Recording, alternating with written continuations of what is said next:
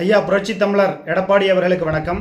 நீங்கள் திராவிட முன்னேற்ற கழகத்தோடு கொடைநாடு கொலை கொள்ளை வழக்கில் நீங்கள் திராவிட முன்னேற்ற கழகத்தோடு சமரசமாகிவிட்டதாலும், அதே போல் தமிழ்நாடு முழுவதுமாக இருக்கக்கூடிய அனைத்து இந்திய அண்ணா திராவிட முன்னேற்ற கழகத்தில் இருக்கக்கூடிய முக்கால்வாசி நிர்வாகிகள் ஒன்றிய செயலர் 25 லட்சம், மாவட்ட செயலர் 5 கோடி, இப்படி என்று தமிழ்நாடு முழுக்க பல மாவட்டங்களில் விலை போய்விட்டார்கள். இதற்கு புரட்சி தமிழர் என்ன பதில் சொல்ல போகிறார்?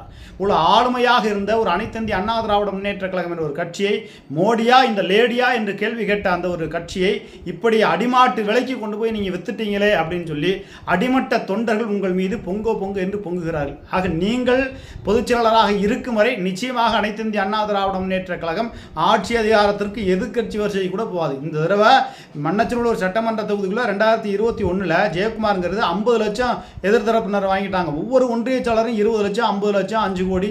எங்கே போகுது அதிமுக? ஒன்றுமே புரியலை.